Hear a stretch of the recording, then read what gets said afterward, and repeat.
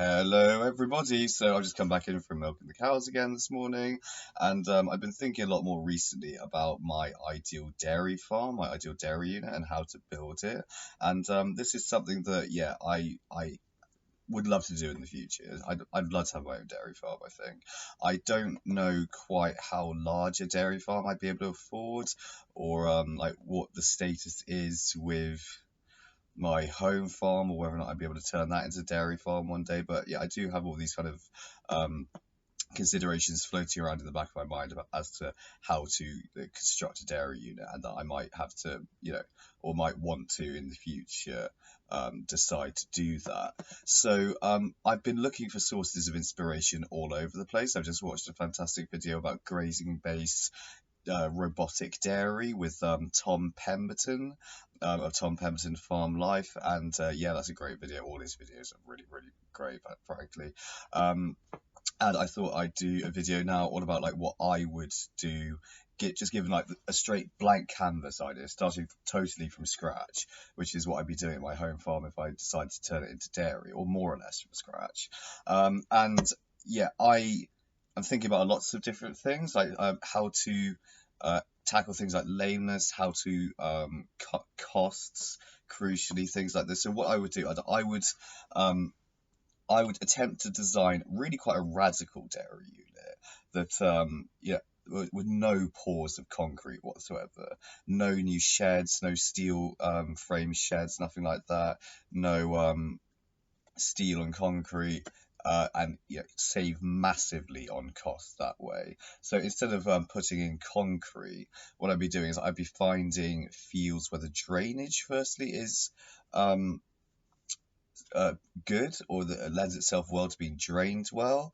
Um, and I would be trying to I'd be putting rubberized matting over the fields, basically, and tent structures instead of anything like concrete. If we need drains, of course, those can be dug easily enough. Well, not yeah, easily enough, I think, and put um, in addition to the matting, right? So big advantage with the system of matting rubber sheets under tent structures is lameness, is foot problems with cows. You might not even need to spend any money on foot trimming.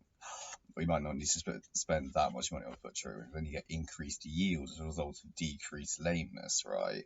And increased cow comfort and all these sorts of things, since they're not spending so much time with their feet slamming against concrete pads. A big advantage, I think you'd agree if um, yeah, so that's what I'd be trying to do, and whether or not I want robots or not, I haven't really decided yet. I don't know if I do want robots, because I don't want robots, like, because I quite like milking cows. I quite like being in a parlour milking. I don't know if I don't want that routine out of my life, but then again, I'm 30 now, so I'm still quite young. What am I going to be like if I have a dairy unit, say 50? And I'm sick of milking cows now. Well, I guess if I grow sick of milking cows, I could always get robots put in, right? If I've got enough of a surplus amount of profit in my savings account for the dairy business to be able to afford robots, or like hopefully at that point in history, robots will come down in price, hopefully. Um, yeah, so I'd like that. I'd like it to be do I want it to be extensive? Because I've worked on one extensive dairy farm at the moment already, and it was a lot of fun. It looked like a really, really good farm as well. And well, it's hard work. That's what it is. It's harder work than semi-intensive and intensive dairy farming. It just is. It seems like there's more stuff to do constantly, and yeah, I don't know. Well, there's so many variables that go into it, obviously, but yeah, tent structures. This is a big thing that I'm trying to achieve, or this is a big thing that I want to do. Save huge on costs, save massively on costs, reduce the price of starting a dairy unit from something that could be a seven-figure possibility It being six figures, certainly, because the cows would be the most expensive thing you need to buy in, I think, once all this is done. All the slurry into a biodigester, wind turbine, hopefully. And I did have this idea of a big wacky project, like a vertical farm the size of a skyscraper growing hydroponic maize so that you can grow silage all year round.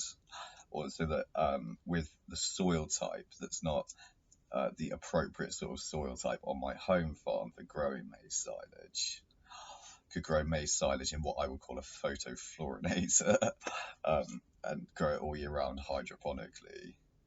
But then again, like, how much maize exactly could you grow that way? But then again, I suppose, like, conversely, how long is a piece of string? And how much photofluorination do you want on your farm? How many vertical farms of these unbelievably huge dimensions I was imagining in my mind? I need to do a back of the envelope calculation to figure out how much silage could be yielded from such like a vertical farming operation. I reckon loads of the fucking shit could be yielded from them doing it. Like, and you get to grow it all year round as well. Have it all sustainably, renewably powered by wind turbines, and yeah, even put UV in it to supplement the lack of sunlight during the winter. Fully enclosed ground source heating pumps to heat it. Yeah, you could grow some serious silage in one of those things, I think. So it would be like a big maize fields squeezed into a small area but verticalized. But you'd be getting 2 or 3 cuts of maize silage per year from it. Sounds pretty good, doesn't it? I wouldn't know how to go about. I wouldn't know where to begin building such a thing, though. Well, no, I would. I would actually. I do a discredit to myself. I do roughly know how to build such a device, or such a tower producing silage. It could be done. It very much could be done, I think. The only thing that's like vexing me about it is finding an easy and elegant solution for seeding the vertical farm in the first place. Or through putting all the silage, seeds in there. Put the seed into it. How would I do that? I don't know. It might even be a case like, 3 times a year, you and one other dude who works for you or something has got to go around and maybe even by hand put them into all the things. It'd be like a sort of ball ache job that takes about 5 hours, but has got to be done. It could be that sort of thing. And housing, like grazing area base of mob graze paddocks. That's what Pemberton said in his video. That's the way to graze cattle. I guess then everyone has their own like difference of opinion, don't they, on how to graze cattle. Mob grazing on paddocks. One thing I really like the idea of what I had to say, and particularly when it comes to integrating this into robotic dairy, is using those new shock collars that they've developed, the fenceless herding system. They're writing programs to be used with those collars to herd the cows, firstly, like not necessarily to different grazing platforms, but actually into the parlour or into the robot. Then what you have there then is like that is completely hands-off dairy. That's dairy with almost nothing to do. But then again, do I want that? I don't know if I do actually. And then I start thinking, like, could I design a dairy unit with 0 employees, like, or with 1 manager? But who wants that really? I don't know if I do want that. I quite like the idea of having my dairy, having a team of people working with me. Sounds like good fucking fun. I don't want like just a dairy unit that is hands off entirely. I don't want that. And also, like, I love farming, and I know other people would love farming as much as I do, love working on farms as much as I do.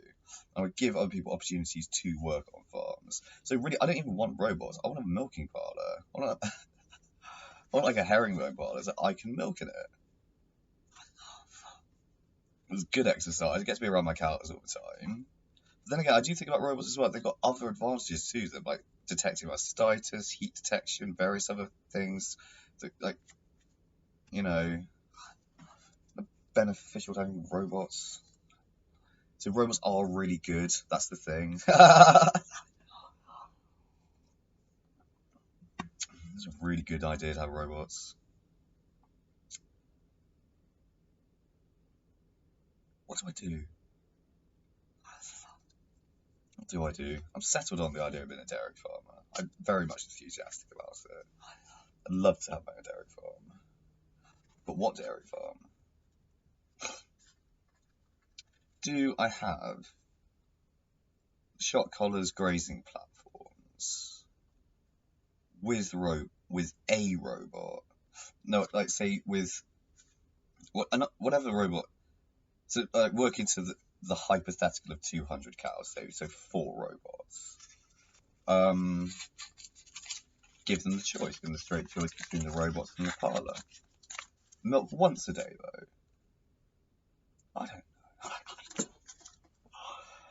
I thought I had a video prepared all about like my ideal dairy operation. The tricky thing getting made silage from somewhere, but then again, that is solvable, I think. Hydroponic and a huge vertical farm. Again, do you need made silage as such? You just use grass.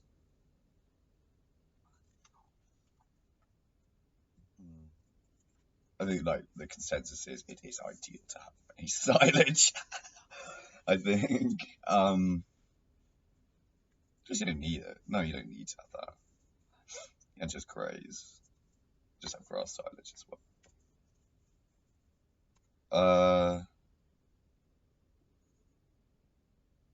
Tents, biodigester, vertical farm,